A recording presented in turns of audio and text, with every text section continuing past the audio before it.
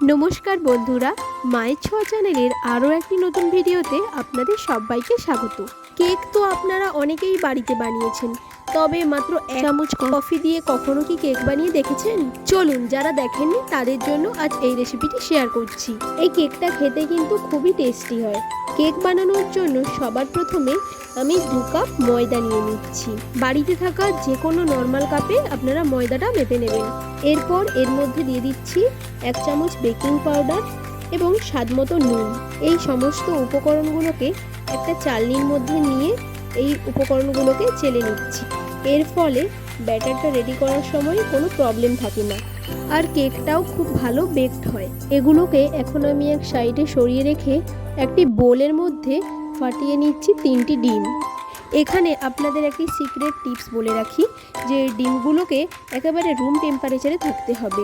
আর ডিমগুলো যদি ফ্রিজেও থেকে থাকে তো তাকে আগে 1 ঘন্টা আগে ফ্রিজ থেকে বাইরে বের করে রুম টেম্পারেচারে করে তারপর এতে নিতে হবে। এরপর এর মধ্যে নিয়ে নিচ্ছি প্রায় 1 কাপ মতো চিনি।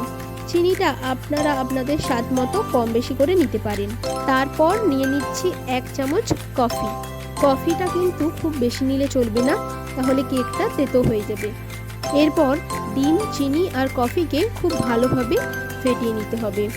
প্রায় 5-7 মিনিট ধরে ফেটিয়ে নিলেই চলবে। যখন দেখবেন চিনিটা গলে গেছে তখন ভাববেন যে আপনার ফেটিয়ে নেওয়া হয়ে গেছে। এই দেখুন কালারটা কত সুন্দর এসছে। আর হ্যাঁ, কফিটা কিন্তু ডিম আর চিনির সাথেই ফেটিয়ে নিতে হবে, তাহলে দেখবেন কালারটা খুব ভালো আসে। এবার এর মধ্যে আমি দিয়ে দিচ্ছি 1 কাপ রিফাইন অয়েল। তেলটা দিয়ে আরও একবার ভালোভাবে ফেটিয়ে নিতে হবে।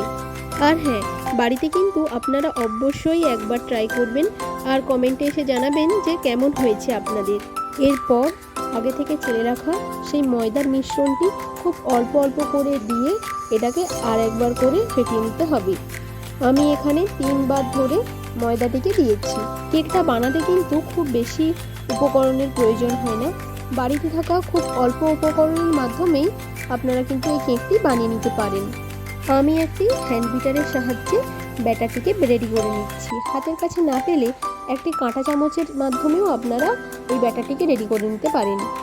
এরপর এর মধ্যে দিয়ে দিচ্ছি 1 চামচ ভ্যানিলা এসেন্স।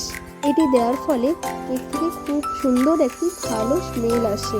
এরপর আমি এর মধ্যে কয়েক টুকরো মোরব্বা এবং কয়েক টুকরো চেরি ফল দিয়ে দিচ্ছি। ব্যাটারটা কিন্তু একেবারে পাতলা হলেও চলবে না, আবার খুব ঘন হলেও চলবে না। দেখে নিন, ঠিক এই রকম হওয়া চাই। আমার কাছে যেহেতু কেক টিন নেই, তাই আমি বাড়িতে থাকা একটি পাত্রের মধ্যে তেল ব্রাশ করে নিচ্ছি। আপনাদের কাছে কেক টিন থেকে থাকলে আপনারা তাতেই তেল ব্রাশ করে নেবেন। এরপর এতে খুব অল্প পরিমাণে ময়দা নিয়ে আমি এই পাত্রের মধ্যে লাগিয়ে দিচ্ছি। এর ফলে কেকটা একেবারে ভালোভাবে বের হয়, কোথাও একটু ছিদ্র হয় না। এরপর আগে থেকে রেডি করে রাখা ব্যাটারটি দিয়ে দিচ্ছি এর মধ্যে। ব্যাটারটি দেওয়া হয়ে গেলে এটাকে খুব ভালোভাবে নাড়িয়ে নিচ্ছি, যাতে ভেতর থেকে সব এয়ার বাইরে বেরিয়ে আসে। আর একটি পাত্রের মধ্যে বালি দিয়ে বাটি বসিয়ে সেই ব্যাটারটিকে দিয়ে দিই।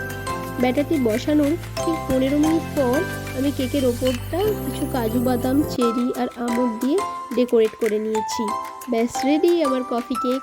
ভিডিওটি ভালো হয়ে থাকলে একটি লাইক দিয়ে চ্যানেলটিকে প্লিজ সাবস্ক্রাইব করে আমার পাশে থাকার অনুরোধ রইল। তো আজকের মতো এতটাই বন্ধুরা, দেখা হচ্ছে নতুন একটি ভিডিও নিয়ে। ভিডিওটি দেখার জন্য আপনাদের অসংখ্য ধন্যবাদ।